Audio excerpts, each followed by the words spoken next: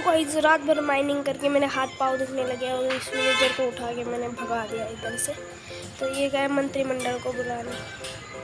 तो let's see. अबे इसने ट्रैप लगाया लग रहा है। अबे बिल्ली की चल भाग। अबे आयरन गोलम को मैंने मारा। अबे इसने तो आयरन गोलम को बता दिया विलेजर बहुत चालाक है, भड़वा है। तो मैं 500 मीटर के ऊपर आया तो भी देखा इधर फायर कैंप है। तो मैंने ना क्या किया, मेरे अबे ये क्या टोच रहा है भाई पैरों के नीचे। अबे इसमें क्या भाई, मैं इसमें फंस जाऊंगा यार कैसे भी करके। चलो ऊपर आते। तो ये गुफा मैंने रात भर माइनिंग करके ये और इसमें कूद गया साउंड के स्पीड से गया और डायरेक्टली वाटर में। तो इधर ना अबे चलने जल्दी। इधर एंड पोर्टल कुछ ही नहीं दिख रही मेरे को किधर ही। तो गाइस मैंने क्या किया, इधर देखा नहीं दिख रही। तो भाई मेरे को पता चल गया, मेरे को जुगाड़ करके कुछ डालना।